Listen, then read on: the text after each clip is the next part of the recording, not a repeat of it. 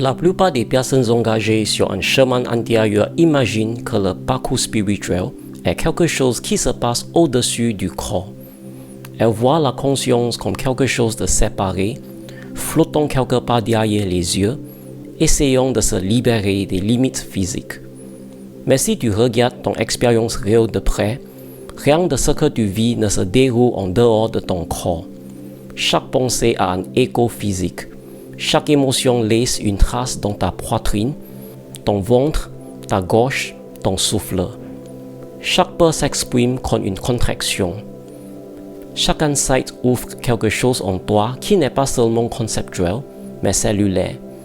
Être humain ne consiste pas simplement à avoir un corps. C'est vivre dans un champ où la conscience et la matière se façonnent mutuellement de manière que nous comprenons à peine. Il existe une loi silencieuse tissée dans notre existence, un principe tellement fondamental qu'on ne le remarque presque jamais. La conscience s'exprime à travers le corps, et le corps façonne la manière dont la conscience apparaît. Ce n'est pas une limitation, c'est une interface. Son corps, tu ne percevrais pas l'espace, le temps, l'émotion, la mémoire ou la relation comme tu le fais. Son système nerveux, il n'y aurait aucun sens de dedans ou de dehors, aucun rythme du souffle pour réguler ton attention, aucun moyen de traduire l'ouverture infinie de la conscience en un monde de couleurs, de toucher, de sons et de sens. Le corps n'est pas l'opposé de l'esprit, il est le traducteur entre ce qui est son bon et ce qui devient tangible. Mais au moment où nous oublions cela, nous tombons dans une forme subtile de souffrance. Nous commençons à traiter le corps comme s'il était une cage, un obstacle à l'éveil, un contenant qui emprisonne ce que nous sommes réellement. Nous imaginons l'illumination comme une fuite, des sensations, des vulnérabilités, des instincts, des pulsions biologiques qui semblent trop primitifs pour appartenir à quelque chose d'aussi lumineux que la conscience. Pourtant, ces instincts ne sont pas des erreurs. Ils sont l'expression d'une intelligence plus profonde qui garde l'organisme en vie assez longtemps pour que la conscience se découvre à travers lui. Même les réactions les plus réflexes, sursauter face au danger, se tondre dans l'incertitude, sont la manière qu'a le corps de participer à la vie. Ce qui devient douloureux, ce n'est pas la réponse du corps, mais notre mauvaise interprétation de celle-ci. La plupart des confusions spirituelles commencent à cette interface. Les gens découvrent qu'ils ne sont pas leur pensée, ni le conditionnement, ni le récit intérieur, mais le corps continue de réagir comme avant. La peur se lève encore dans le ventre, la colère chauffe encore la poitrine, de vieux souvenirs déclenchent encore des tensions dans les épaules ou la gorge. Et ils ont conclu que quelque chose ne va pas, que le éveil est incomplet, qu'ils n'ont pas réussi à transcender la couche physique de leur être. Mais rien ne cloche, le corps ne s'éveille pas à la même vitesse que l'esprit. Il a sa propre temporalité, sa propre mémoire, son propre langage. Tu peux voir à travers l'illusion de l'identité en un seul instant, mais les cellules, les tissus et les réseaux neuronaux qui ont appris à protéger cette identité pendant des années ne se dissolvent pas du jour au lendemain. Ils se dénouent lentement, délicatement, selon le propre rythme. C'est pourquoi le véritable éveil ne consiste pas à s'élever au-dessus du corps, mais à y revenir avec un regard neuf. Quand tu arrêtes de combattre ton expérience physique, quelque chose de surprenant se produit. Les sensations que tu appelais autrefois peur commencent à ressembler à de l'énergie.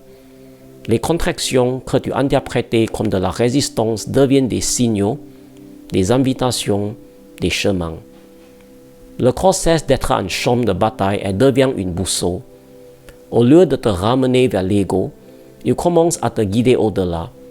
Chaque tension devient une porte, chaque tremblement, un message. Chaque souffle, un pont entre le fini et l'infini. Il existe une intelligence naturelle dans ta chair, une intelligence qui ne vient pas de la pensée. Quand tu es anxieux, ton souffle se raccourcit non pas parce que tu décides d'avoir peur, mais parce que le corps perçoit une menace avant même que l'esprit n'invente une histoire à son sujet. Quand tu es touché par la beauté, ta poitrine souffle sans te demander la permission.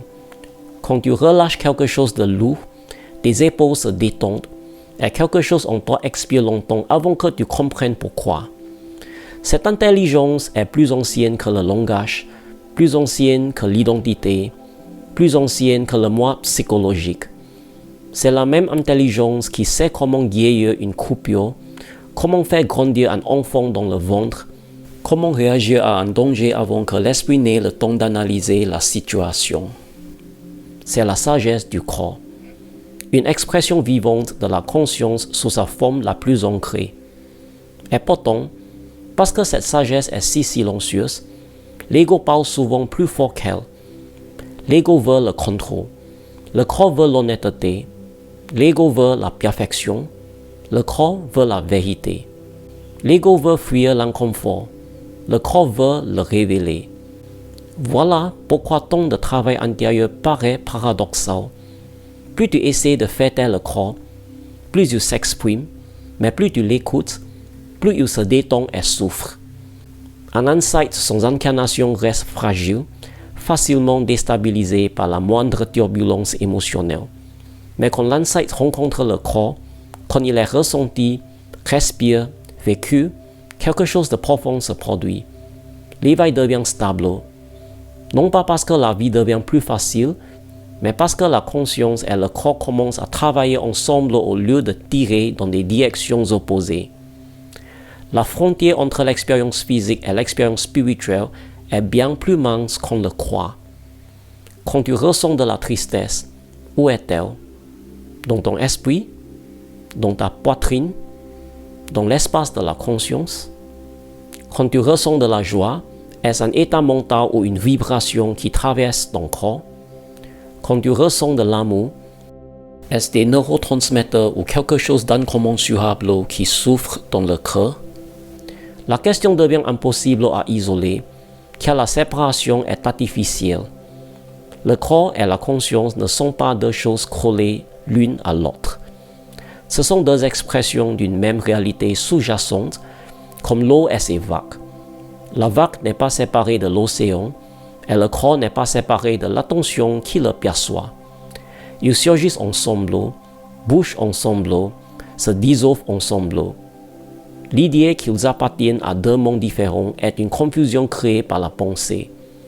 Si tu examines ton expérience en cet instant même, tu découvriras quelque chose d'étonnant.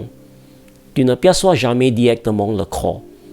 Tu perçois des sensations, chaleur, pression, picotement, vibration. Tu perçois des interprétations mentales. Ceci est mon bras. Ceci est une tension. Ceci est une douleur. Mais ce que tu rencontres réellement, c'est un champ d'intensité dans la conscience elle-même. Le corps apparaît dans la conscience de la même manière que les pensées, comme des motifs. La différence, c'est que les motifs du corps sont plus stables, plus rythmiques, plus profondément liés à la survie. Mais ils apparaissent dans le même espace ouvert. Voilà pourquoi, dans des moments de présence profonde, le corps peut sembler presque transparent, vivant, vibrant, mais n'étant plus une frontière. Il devient un flux de sensations, toujours changeant, impossible à localiser sur un point fixe. Cette fluidité n'est pas une idée mystique, c'est une expérience directe accessible à quiconque regarde attentivement. Quand tu arrêtes de ramener chaque sensation à moi, le corps se révèle comme mouvement. Quand tu arrêtes d'essayer de le contrôler, le souffle bouge tout seul. Quand tu cesses de résister aux émotions, l'énergie se réorganise sans être forcée. Tu commences à voir que ce que tu appelais mon corps n'est pas un objet que tu possèdes, mais un processus vivant qui se déploie dans la conscience. Et plus tu vois cela clairement, plus l'ancien conflit entre esprit et matière se dissout. Il n'a jamais été un conflit de réalité, seulement un conflit d'idées. Il y a quelque chose de profondément libérateur dans cette reconnaissance. Tu réalises que les limites physiques que tu craignais n'étaient pas des barrières à la conscience, mais des invitations à l'habiter plus pleinement. La fatigue, par exemple, n'est pas un échec, mais un message sur ton alignement. La tension n'est pas une punition, mais une demande d'attention. La vulnérabilité n'est pas un défaut, mais une porte vers une intimité profonde avec la vie. Le corps essaie toujours de te ramener dans le présent, tandis que l'esprit essaie souvent de t'en échapper. Lorsque tu apprends à écouter, le corps devient un enseignant bien plus honnête que la pensée.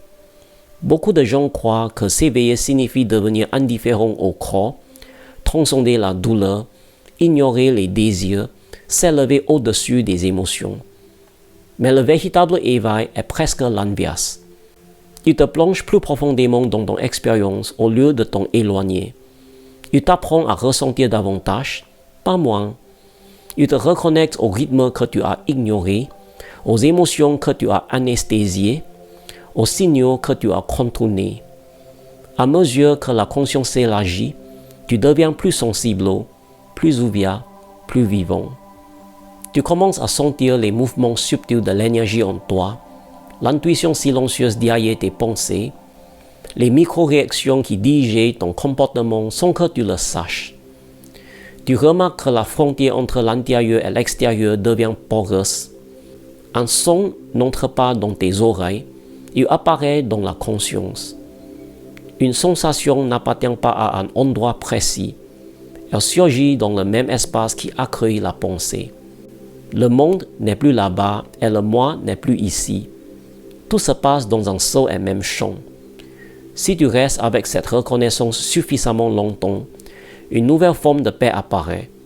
Non pas la paix qui fuit la condition humaine, mais celle qui l'habite sans résistance. Tu n'as plus besoin que ton corps soit parfait. Tu n'as plus besoin que tes émotions soient ordonnées. Tu n'as plus besoin que ton système nerveux réagisse selon quelques idéaux spirituels. Tu comprends que chaque réponse est une tentative de l'organisme de naviguer dans la vie. Tu arrêtes de juger le corps pour son humanité et tu commences à apprécier la beauté de sa conception. Même la peur devient moins menaçante quand tu vois qu'elle n'est qu'une tentative de protection.